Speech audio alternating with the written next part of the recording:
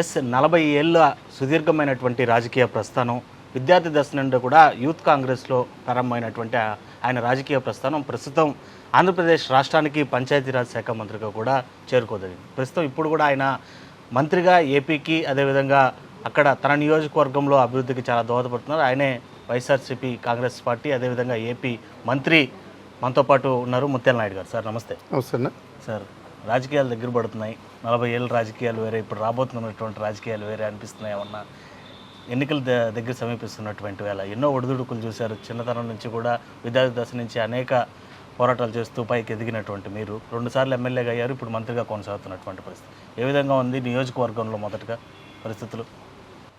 నియోజకవర్గం అంతా బాగానే ఉందన్న. ఎప్పుడు కూడా ప్రతిపక్షంలో ఉండేటప్పుడే శాసనసభ్యుడిగా మొట్టమొదటిసారి చేశాను. ప్రతిపక్షంలో ఉంటూ కూడా 2వ ఎలక్షన్లో మళ్ళీ శాసనసభ్యుడిగా గెలిచాను. ఎందుకంటే నిత్యం నేను ప్రజలతో ఉండేటువంటి నాయకుడిని. ప్రజల అవసరాలు, ప్రజలతో మమేకం అవడము, ఇది ఇంపార్టెంట్. ఏ రాజకీయ నాయకుడికైనా ప్రజలతో మమేకం అవడము, ప్రజలకు అందుబాటులో ఉండేది. ఎప్పుడు కూడా ఈ స్థాయిలో ఉన్నప్పటికీ కూడా ప్రజలకు ఎప్పుడు కూడా నిత్యం అందుబాటులోనే ఉంటాను నేను.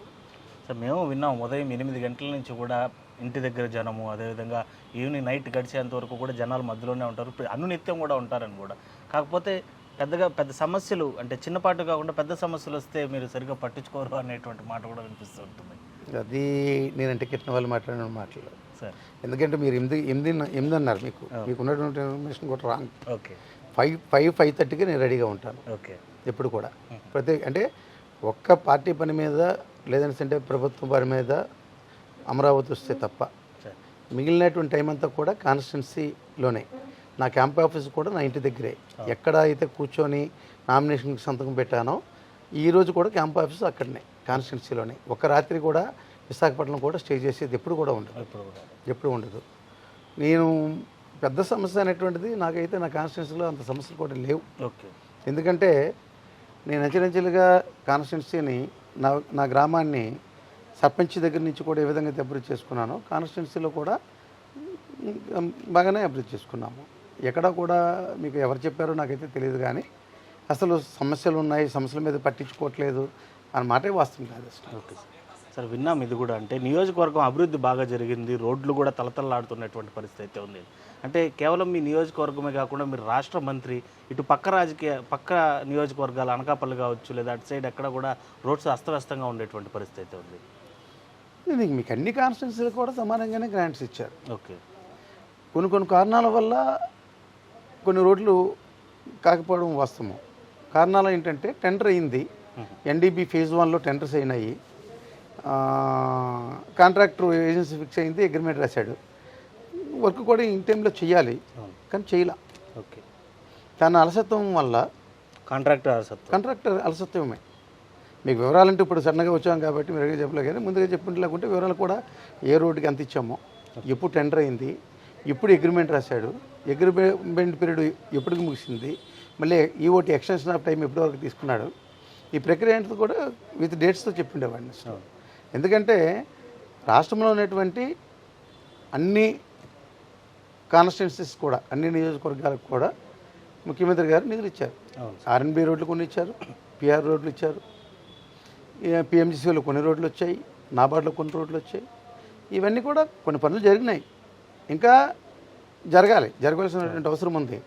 అసలు ఇన్ని రోడ్లు చెడిపోయేటువంటి పరిస్థితి ఎవరు తీసుకొచ్చారు? 2014 నుంచి 2019 వరకు ఉన్నటువంటి తెలుగుదేశం ప్రభుత్వం అసలు వ్యవస్థని నిర్వీర్యం చేసింది. కనీసం గుంతలు కూడా పూడ్చాల. ఈ పూడ్చకపోవడం వల్ల 5 ఏళ్ళు పట్టించుకోకపోవడం వలన రోడ్లు పాడై అన్ని రోడ్లు కూడా మా మెడకు చుట్టుకుంది. దేశంలో చేస్తున్నప్పటికి కూడా ఇంకా మిగిలి ఉన్నాయి, పనులు జరుగుతున్నాయి. కాంట్రాక్టులు కూడా ముందుకు వస్తున్నారు, చేస్తున్నారు. కొన్ని కారణాల వల్ల కొన్ని కాన్స్టిట్యున్సీల్లో లేట్ అవుతుంది. ఇది కేవలం మంత్రిగా ఉంటే పనులు జరిగిపోవు. మాకు రెస్పాన్సిబిలిటీ ఉండాలి, ఏ విధంగా మనం పనిచేసుకోవాలి, వచ్చినటువంటి విడుదల చేసినటువంటి నిధిని ఏ విధంగా టెండర్ పిలిపించుకొని, సరైన కాంట్రాక్ట్ని టెండర్ ఇప్పించుకొని మంచిగా క్వాలిటీ ఆఫ్ వర్క్ జరిగే విధంగా చేసుకోవాలి. నేను ముందు నుంచి కూడా నేను ఒరిజినల్గా కాంట్రాక్ట్ని కూడా, నేను నా బేసికల్గా నా ఫీల్డే కాంట్రాక్ట్ ఫీల్డ్. దానిలో అనుభవం ఉంది. నా క్లోజ్ ఫ్రెండ్స్ ఉన్నారు నాతో కలిసి చేసేవాళ్ళు. వాళ్ళు పిలుచుకున్నాను. 4 రోజులు బిల్లులు లేట్ అయినా తట్టుకునేటువంటి కాంట్రాక్టులు పిలుచుకొని పెట్టుబడి పెట్టి చేపట్టించాలని చెప్పాము. దానివల్ల పనులు జరిగినాయి. ఇంకా నా కన్సెన్స్లో కూడా జరగవలసినటువంటి రోడ్లు కూడా ఉన్నాయి. ఒకటి జరుగుతున్నాయి. సార్ 2019 ఎన్నికల అనంతరం కొద్దికాలం ఎమ్మెల్యేగా ఉన్నారు, తర్వాత మంత్రి అయ్యారు. ఎమ్మెల్యేగా ఉన్నంతకాలం ఏ విధంగా ఉన్నింది, మంత్రి అయిన తర్వాత బాధ్యతలు పెరిగాయి ఏంటి అంటే ఒక మార్క్ ఏమైనా సృష్టించగలిగారా మంత్రి అయిన తర్వాత నియోజకవర్గంలో కానీ ఏదైనా? 2.5 సంవత్సరాలు తర్వాత రెండో మంత్రివర్గ విస్తరణలో నాకు అవకాశం కల్పించారు. ఏదైతే నాకు పంచాయతీరాజ్ రూరల్ డెవలప్మెంట్ ఉన్నటువంటి శాఖని నాకు అప్పగించారో, నాకు కూడా వాస్తవంగా చిన్నప్పటి నుంచి కూడా పంచాయతీ వ్యవస్థలో వార్డు మెంబర్ దగ్గర నుంచి చూడడము, గ్రామీణ ప్రాంతాలకి ఏ అవసరము, ప్రజలకు ఏం కావాలి, ఎంపీటీసీగా చేశాను, జడ్పీటీ చేశాను, సర్పంచ్ చేశాను, అన్ని పదవులు కూడా చేశాను. అందువల్ల గ్రామీణ ప్రాంతాలకు ఏది అవసరమైనటువంటిది పూర్తిగా అవగాహన ఉన్నటువంటి వాడిని. అలాగే గ్రామం ప్రజలతో ఏ విధంగా మమేకం కావాలనేటువంటి తెలిసినటువంటి వాడిని. ఒక మంచి బాధ్యత కలిగినటువంటి శాఖను అప్పచెప్పారు. జగన్మోహన్ రెడ్డి గారు అప్పచెప్పినటువంటి బాధ్యతగా నిర్వర్తిస్తూ మిగతా కాన్స్టిట్యున్సీని కూడా చూసుకోవాలి. ఎందుకంటే మళ్ళీ గెలవాలి, మళ్ళీ మూడోసారి గెలవాలి అని అంటే ప్రజలతో మమేకమై ఉండాలి. కాన్స్టిట్యున్సీలో అవసరాలు గుర్తించాలి, వీలైనంత వరకు వాటిని పరిష్కారం చేసే దిశగా ఆలోచన చేయాలి. ఇందులో మాత్రం ఎప్పుడు ముందుంటాను నేను అసలు. సార్ దీనిపైన మీరు అన్నట్టుగా ఈ శాఖ పైన పూర్తిగా అవగాహన ఉన్నటువంటి వ్యక్తి, ఆ పదవులన్నీ కూడా చేసి వచ్చినటువంటి వ్యక్తి మీరు ఈ స్థాయిలో. ఇవాళ చూస్తుంటే పంచాయతీ వ్యవస్థ అనేది పూర్తిగా కనుమరుగైపోయింది. సర్పంచ్కి ఏమాత్రం గౌరవం ఉండడం లేదు. సచివాలయాలను తీసుకొని వచ్చి వాళ్ళు కడుపు కొట్టేటువంటి పరిస్థితి. కనీసం ఎంతో కష్టపడి ప్రభుత్వం తరపు నుంచి కూడా తీసుకొని సర్పంచ్గా మేము గెలుపొంది ఎక్కడా వాల్యూస్ లేదు, కనీసం చెక్ పవర్ కూడా లేనటువంటి పరిస్థితులు. నిధులు మా చేతుల్లో ఏం లేవు, నీటి నిధులు ఖర్చు పెట్టి నిధులు ఇచ్చేటువంటి పరిస్థితులు లేదు అంటున్నారు. ఏంటి, ఎలా అనిపిస్తుంది ఇవన్నీ చూస్తే? ఒక్క గ్రామ సర్పంచ్కి ఉండవలసినటువంటి గౌరవం ఎప్పుడు ఉంది. సర్పంచ్ గౌరవం లేకన్నా ఉండేటువంటి పరిస్థితి ఎప్పుడు కూడా ఉంది. ఎవరు చేశారు? తెలుగుదేశం పార్టీకి చెందినటువంటి గెలిచినటువంటి సర్పంచులు మాత్రమే ధర్నాలు చేశారు. ఎందుకు అని అంటే ఏదో ఇందాక చెప్పాను కదా, అక్కడ ప్రెస్ మీట్లో కూడా చెప్పాను నేను. ఎక్కడో దగ్గర బురద జల్లే కార్యక్రమం జరగాలి, అబోధ కల్పన చేపట్టాలి. ఎవరు చేస్తున్నారు? టీడీపీ చెందినటువంటి వాళ్ళు చేస్తున్నారు. సచివాలయ వ్యవస్థ గురించి మాట్లాడుతున్నారు. అసలు సచివాలయ వ్యవస్థ సర్పంచ్ తాలూకు గౌరవాన్ని తగ్గించడానికి పెట్టినటువంటి వ్యవస్థ కాదు. ఆ గ్రామంలో ఉన్నటువంటి ప్రజలు వారికి అవసరమైనటువంటి దరఖాస్తులు చేసుకున్నటువంటిది, వాళ్ళు కావాల్సినటువంటి సంక్షేమ పథకాలని లబ్ధి పొందేదానికి గత ప్రభుత్వం ఉండేటప్పుడు 6 మాసాలకు ఒకసారి జన్మభూమి సమావేశాలు జరుగుతుండేవి. అప్పుడు మాత్రమే దరఖాస్తు ఇచ్చేవారు. అది కూడా అయితే అయింది, లేకపోతే లేదు. కానీ జగన్మోహన్ రెడ్డి గారు తన సుదీర్ఘ పాదయాత్రలో 3648 కిలోమీటర్ల పాదయాత్ర చేస్తున్నప్పుడు గ్రామీణ ప్రాంతాల్లో ఉన్నటువంటి ప్రజలతో మమేకమై వారి కష్టాన్ని చూసి వాళ్ళు చెప్పినటువంటి మాటను విని మన ప్రభుత్వం వచ్చిన తర్వాత గ్రామ పరిపాలన తీసుకొస్తామని చెప్పారు. పంచాయతీ ఈజ్ ద డిఫరెంట్, సచివాలయం ఈజ్ ద డిఫరెంట్. పంచాయతీ హక్కుల్ని ఎక్కడ కూడా కాలరాయిలా వాటిని పరిరక్షించారు.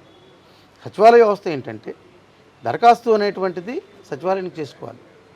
దానికి ఒక వాలంటీర్ని తీసుకొచ్చి ప్రజలకి కష్టం లేకుండా చేసేటువంటి పని చేశారు తప్ప సర్పంచ్ గౌరవాన్ని ఎక్కడ తీయాల. అదే సచివాలయంలో సర్పంచ్ కూడా ఒక రూమ్ ఉంది. ఓకే, స్టాఫ్తో మాట్లాడచ్చు, పబ్లిక్ వచ్చినంటే వాళ్ళతో ఇంటరాక్ట్ అవ్వచ్చు, ఎవరికైనా తెలియని విషయం ఉండేలాగుంటే తను కూడా అక్కడ నిలబడి చేపించవచ్చు. గౌరవాన్ని పెంచారు. ఎందుకంటే ఒక దగ్గర గ్రామ సర్పంచ్కి పంచాయతీ భవనం కూడా లేనటువంటి పరిస్థితులు కూడా చాలా దగ్గర ఉన్నాయి. అక్కడ శిథిలమైపోయి పడిపోవడం సిద్ధంగా ఉన్నాయి. ఆ ప్రభుత్వంలో ఎక్కడో కూడా అట్లా మరామతులు కూడా చేపట్ల. కానీ ఈరోజు ఆ ఊర్లో ఒక మంచి సచివాలయాన్ని ఏర్పాటు చేసి కిందంతా కూడా అఫీషియల్స్ని పెట్టి ప్రజలకి అందుబాటులో ఉండాలి, దగ్గరగా ఉండాలి. కాబట్టి సర్పంచ్నేమో పైన అడ్మినిస్ట్రేషన్ చూసుకోవడానికి పైన అక్కడ సర్పంచ్ రూమ్ని కేటాయించి తన గౌరవాన్ని పెంచారు తప్ప తన గౌరవం ఎక్కడ తగ్గించారు? ఎక్కడ తగ్గించాలా. రైట్. జిల్లా విషయానికి వస్తే సహచర మంత్రి గుడివాడ అమర్నాథ్ రెడ్డితో మీకు ఏదో ఆధిపత్య పోరు నడుస్తుంది అని టాక్ అయితే అనిపిస్తుంది. నిజమా కాదు? మీరే కాదు మీరు ఫలానా సందర్భంలో సార్ ఆధిపత్య పోరు అని ఎందుకు వస్తుంది? ఒక నామినేటెడ్ పోస్ట్ ఎవరికైనా వెయ్యాలనుకుంటే తనకు కాదు నాకు వెయ్యాలి, ఓకే, నా మనసుకు వెయ్యాలి, నా మనసుగా తన మనసుకు వెయ్యాలి అని చెప్పి ఇటువంటి సందర్భం ఎప్పుడైనా కనిపించిందా? ఓకే, ఎప్పుడైనా కనిపించిందా? మీరు కనిపించలేకుంటే స్పెసిఫిక్గా చెప్పండి. ఓకే, ఒకటి. ఇక రెండోది ఏంటంటే అధికారులు ట్రాన్స్ఫర్ల దగ్గర వస్తాయి. ఒక అధికారిని నేను తీసుకురావాలి, ఒక అధికారిని నేను తీసుకురావాలండి. అటువంటి సందర్భాలు కూడా ఏ రోజు కూడా జరగల. ఓకే. ఇంకోటి ఏంటంటే ఇంకో ఎవరితోనైనా మీకు నప్పలేదేంటంటే అర్థం ఉంటుందేమో, కానీ గుడివాడ ఫ్యామిలీ ఈ అమర్నాథ్ని నేను ఇక్కడ కూర్చోబెట్టుకుంటాడు. ఓకే. నేను వాళ్ళ ఫాదర్తో కలిసి, వాళ్ళ ఫాదర్ శిష్యుడు నేను, గురునాథ్ గారి శిష్యుడు నేను. ఆ ఇంట్లోనే ఉండేవాడిని నిత్యం కూడా. అమరు చిన్నోడు, నేను వాళ్ళ నాన్నతో తిరిగేటప్పటికే అమరు చిన్నోడు. ఈరోజు నాతోటి మంత్రి అయి ఉండొచ్చు, కానీ వయసులో చిన్నోడు. మీ ఇంటి మనిషిగా చూస్తారు? మా ఇంటి మనిషి, కానీ మా ఇంట్లోనే, నేను ఆ ఇంట్లో ఒక మనిషిని, నా ఇంట్లో తన ఒక మనిషి. మా ఇద్దరి మధ్యలో ఏ రోజు కూడా రాలేదు, భవిష్యత్తులో కూడా రాదు కూడా. ఓకే. ఇద్దరం కూడా ఒకే మాట ఒకే బాట. ఇద్దరం కూడా జగన్మోహన్ రెడ్డి గారు ఏం చెప్తే అదే పాటిస్తాం ఇద్దరం కూడా. ఇప్పుడు మీరు అన్నటువంటి ఇలాంటి విషయాలు కూర్చొని మాట్లాడుకుంటారు సార్? ఏదైనా అవసరం కూడా పడలా, ఇంతవరకు పడలా రియల్గానే. ఓకే. ఎవరు నమ్మొచ్చు నమ్మకపోవచ్చు. ఏ రోజు కూడా లేదు ఇతను నెయ్యాలని కానీ, లేదంటే తీసుకురావాలని కానీ, లేదంటే నామినేట్ పోస్ట్ ఈ ఫ్యాక్టరీ చైర్మన్ వేయాలని కానీ, సెంట్రల్ బ్యాంక్ చైర్మన్ ఇవ్వాలని కానీ ఏ రోజు కూడా అదే లేదు. ఎందుకు అని అంటే మాకు అంతా కూడా అధిష్టానం ఉంది. ఓకే. ఎలా పోవాలి, ఎలా ఉండాలని చెప్పేసి కంప్లీట్గా మానిటరింగ్ చేస్తుంది. ఈ విధంగా చేస్తున్నాము, దీన్ని ఇలా కంటిన్యూ చేసుకెళ్ళండి అని చెప్తారు. హ్యాపీగా నడిపికెళ్తాము. ఈ వేళకి ఎప్పుడు కూడా మీరు పేపర్లో కూడా చూడాల, ఎవరో మా మీద కిట్లైన వాళ్ళు. ఇందాక చెప్పాను కదా, ఇప్పుడు అది అయ్యన పద్ధతి మాట్లాడినట్టుగా మా ఇద్దరు అంటే కిట్లైన వాళ్ళు, మా ఇద్దరిలో తగు పెడదామనుకున్నటువంటి ఆలోచన ఉన్న వాళ్ళు ఇటువంటి మాటలు మాట్లాడతారు. మాకైతే వాస్తవంగా ఏమి లేదు, భవిష్యత్తులో కూడా ఏముండదు. ఇప్పుడు కూడా నన్ను బాబాయ్ అని పిలుస్తాడు, నేనేమో నాన్న అని పిలుస్తాను. నేను అమ్మనాన్ని పిల్లనప్పుడు కూడా నాన్ననే సంబోధిస్తాను నేను. నన్ను ఇప్పటికి కూడా డాడీ అంటాడు నన్ను. లేదా బాబాయ్ తెలుగులో అయితే బాబాయ్ అంటే, లేదా డాడీ అంటాడు. అలాగనే పిలుచుకుంటాం ఇద్దరం కూడా. ఓకే. సరే, ఎన్నికలు సమీపిస్తున్నాయి, 3 రాజధానులు అన్నారు. ఇంకా ఎక్కడ స్థిరంగా ఎక్కడ కూడా డెవలప్మెంట్ కానటువంటి పరిస్థితి. ఇది ఖచ్చితంగా 3 రాజధానులు డెవలప్ అయిపోయాయి, ఇది చూపించడానికి కూడా లేనటువంటి పరిస్థితి ఉంది. ఇదంతా ప్రజల్లోకి ఏదైనా మైనస్ పాయింట్ అనిపించట్లేదా? డెవలప్ కాకుండా అడ్డుకునేది ప్రతిపక్షమే కదా. డెవలప్ ఎందుకు కాలేదు? డెవలప్ చేయడానికి ఎందుకు ప్రయత్నాలు జరగలేదు? ప్రయత్నాలు జరుగుతూనే ఉన్నాయి. కానీ కోట్లు వేయడము, ఇక టెంట్లు వేయడము, ధర్నాలు చేయడము, ఇలాగేమో ఇలా అయ్యన పత్రిక చేత ఏమో పేలాపలు పేలిపించడము, ప్రజల్లో ఏదో మబ్బి పెట్టి మసిపూసి మారడిగా చేద్దామనేటువంటి ఆలోచన చేయడము, ఇవన్నీ కూడా అభివృద్ధికి ఆటంకాలే కదా. ఒక పక్క మేము అభివృద్ధి చేసుకెళ్తాము, చెయ్యాలి, ఎన్నికలప్పటికే చేసి చూపించాలని చెప్పి తాపత్రయపడుతున్నాము. దాన్నేమో అడ్డగోలుగా కోర్టులలో కేసులు వేయించి వాళ్ళు ఏం చేశారు? అసలు అమరావతిని బ్రహ్మావతిని చేశారు తప్ప ఎక్కడ డెవలప్ చేశారు? టెంపరీ దానికి ఎంత ఖర్చు పెట్టారు? శంకుస్థాపనకు 450 కోట్లు ఖర్చు పెట్టారు. ఆ 450 కోట్లు అయితే పెర్మనెంట్ సచివాలయం, పెర్మనెంట్ అసెంబ్లీ తయారైపోయి ఉండదు. దేనికి ఖర్చు చేశారు? ప్రతిదానికి కూడా వేస్ట్ ఖర్చులు చేసింది వాళ్ళు. మా దగ్గర వేస్ట్ ఖర్చు అయినటువంటి మాటనే లేదు ఎక్కడ కూడా. సో ఇవాళ విశాఖని ఏదైతే క్యాపిటల్గా తీసుకుని వస్తూ తూర్పులో దాని ద్వారా ఎన్ని సీట్లు పొందగలమని చెప్పి ధీమా వ్యక్తం చేస్తున్నారు సార్? ఎన్ని సీట్లు వచ్చేటువంటి పరిస్థితులు ఉంటాయి క్యాపిటల్ చేయడం వల్ల, లాభం అయ్యేటువంటి సీట్లు ఏమి? క్యాపిటల్ చేయటం వల్ల అనేటువంటిది ఎన్ని సీట్లు వస్తాయని కాదు కదా. ఉత్తరాంధ్ర జిల్లాలని అభివృద్ధి పదంలో నడిపించాలి. ఇప్పటి వరకు వెనుకబడుతున్నటువంటి ఉత్తరాంధ్ర జిల్లాల తాలూకా ప్రజలకి ఇక్కడ డెవలప్ చేసి ప్రత్యక్షంగా పరోక్షంగా కూడా వాళ్ళకి ఉపాధి అవకాశాలు కల్పించాలనేటువంటిది ముఖ్యమైనటువంటి ధ్యేయం. అది ఎప్పుడైతే ఇది ప్రజలకి మంచి జరిగేటువంటి కార్యక్రమాలు మేము చేసామో ఆటోమేటిక్గా మంచినే ప్రజలు స్వాగతిస్తారు. అదే కోరుకుంటాం తప్ప కేవలం మేము గెలిచేదాని గురించి ఏదో చేస్తున్నామంటే కాదు. ప్రభుత్వం ఉండేది పాలన చేయడానికి, మంచి పరిపాలన చేయడానికి, అభివృద్ధి ఏ విధంగా చేసుకెళ్తే మంచిది అనేటువంటిది ప్రభుత్వ ధ్యేయం. అది వచ్చేటువంటి ఎన్నికల్లో తమ కుమార్తె అనురాధ గారికి కూడా సీట్ అడిగారని, నేను పోటీలో లేకపోయినా పర్లేదు నా కుమార్తెను ఆశీర్వదించనని జగన్మోహన్ రెడ్డి గారు ఎట్టి పరిస్థితుల్లో ఆ అవసరం మాకు లేదు సార్. ఎందుకు అనంటే ఎప్పుడు వస్తుంది, నేను పోటీ చేస్తే డౌట్ ఏమో, లేదు వృద్ధాప్యం వచ్చింది తిరగలేడేమో, అటువంటి పరిస్థితి ఇది కారణం ఉండాలి కదా. రెండూ లేవు. ఈరోజు 100% గెలిచే సీటు అవును మాడుగులు అనేటువంటిది వైసీపీకి స్టాండర్డ్ కాన్స్టిట్యున్సీ ఒకటి. రెండవది ఏంటంటే నాకు ఈరోజు 62 సంవత్సరాలు పూర్తయినాయి. 63లో మన జూలైతో అడుగు పెట్టాను. నాకేం తక్కువ, నాకు ఆరోగ్యం తక్కువ కాదు, సో పొవ్వు తక్కువ కాదు. పక్కా గెలిచే సీటు కదా, కుమార్తెని నిలబెడితే గెలిపించచ్చు. అలాగనే కాదు, అడగనే లేదా? అడగనే లేదు, ఎక్కడ డిస్కషన్ కూడా రాలేదు ఇంట్లో కూడా. మాకేంటంటే ఫస్ట్ నుంచి కూడా పొలిటికల్గా మాకు వేరే వ్యాపారాలే లేవు. అవును, కంటిన్యూ ప్రజలకి అందుబాటులో ఉండేది, పార్టీని డెవలప్ చేసుకెళ్ళేది, అవును, మాకు ఓటేసే జనానికి సేవ చేసేది. ఇది మెయిన్ మా కాన్సెప్ట్. ఇది అవును. మా కాన్సెప్ట్. నా కూతురు ఎప్పుడు కూడా అడగలా, నాకు చేదోడు వాదోడుగా ఉంటుంది. డిస్కషన్ జరగలేదు సార్ Discuss కూడా జరగలేదు. ఫ్యామిలీలో? లేదు. మీకు పోనీ థాట్ అన్న వచ్చింది, ఆలోచన కూడా ఒక మాట చెప్పంటారా మీకు అసలు? ఏది మీకు నాకు కూడా రాలా. ఎందుకంటాను అసలు?